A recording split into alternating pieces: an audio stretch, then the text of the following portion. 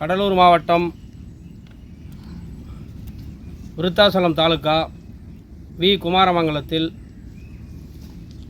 1999ஆம் ஆண்டுகளுக்கு முன்பு கலர் நிலமாக இருந்த இடத்தை அன்றைக்கிருந்த மாவட்ட ஆட்சியர் ஏழை எளிய ஒடுக்கப்பட்ட தாழ்த்தப்பட்ட மக்களுக்கு மனைப்பட்டா வழங்க வேண்டும் என்று அதை குடியிருக்கும் பகுதியாக மாற்றம் செய்வதற்கான பணிகளை செய்து 1999ஆம் ஆண்டு அன்றைக்கு முதல்வராக இருந்த முத்தமிழறிஞர் கலைஞர் கருணாநிதி அவர்களால் சமத்துவபுரம் என்று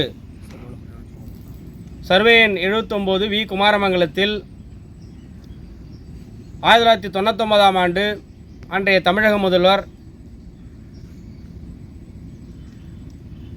டாக்டர் கலைஞர் அவர்களால் சமத்துவபுரமாக அறிவிக்கப்பட்டு அது நடைமுறைப்படுத்தாமல் இன்றளவும் அது கிடப்பில் போடப்பட்டிருக்கிறது. 1905ஆம் ஆண்டு சென்னை 3வது சட்டத்தின் கீழ் 6வது பிரிவின் கீழ் அரசு நிலத்தை யார் பயன்படுத்தியிருந்தாலும் அது மக்களுக்கு பயன்பாட்டு வருகிற போது அல்லது அரசுக்கு பயன்பாட்டு வருகிற போது அதை ஆக்கிரமிப்பு இருந்தால் அகற்ற வேண்டும் என்பதுதான் அரசின் நோக்கம்.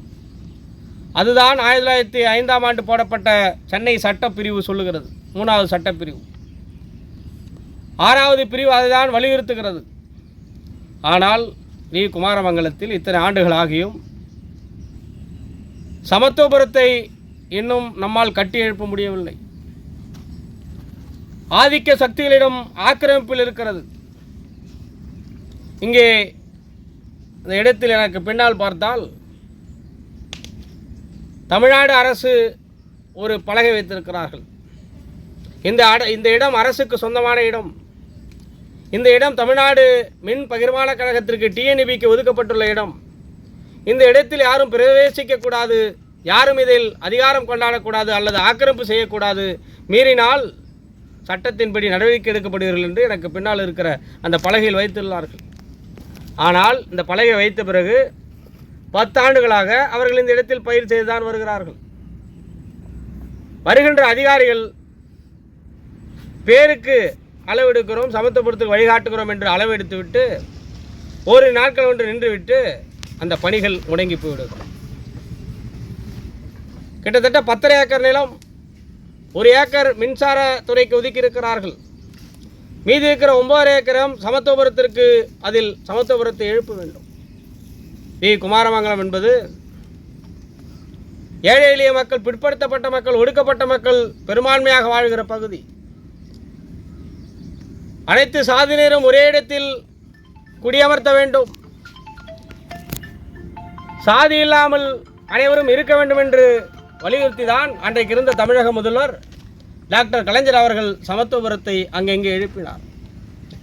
அப்படி டாக்டர் கலைஞர் கண்ட கனவு சமத்துவபுரத்தை வி குமாரமங்கலத்தில் இன்னும் நிறைவேற்ற முடியவில்லை என்பது நமக்கு மிகவும் மன வருத்தமாக இருக்கிறது.